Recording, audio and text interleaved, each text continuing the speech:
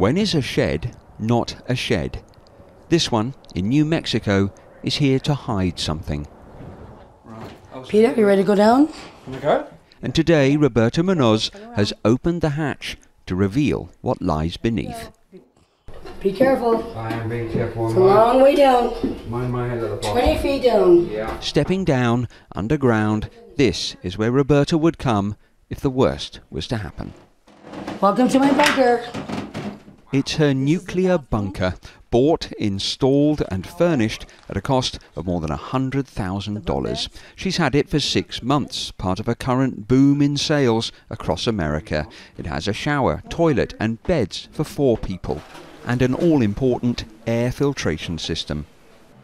Roll back the mat, and under the floorboards there's a stock of long-life food. What's this? This is all the food and supplies? Yes, it is.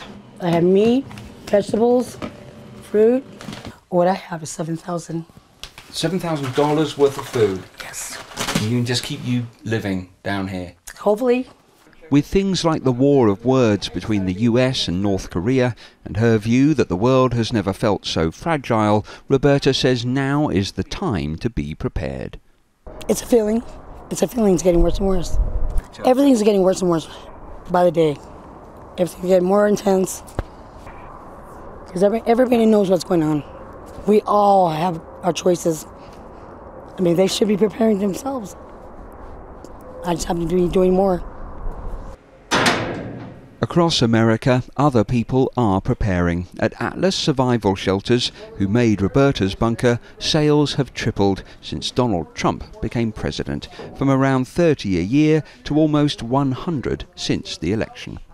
3 to 6 months after he was in doing his thing and making comments and being Trump, things started, making more calls, people getting more nervous, Your phone started ringing. Our phone started ringing, emails started coming over in waves, and then North Korea, when that whole thing went down, it was like the very next day. Back at Roberta's, there's one slight problem. Her husband, Fernando, putting finishing touches to the shed, doesn't want to survive when the bomb drops. Then when you come up, what are you going to come up to? There's nothing here.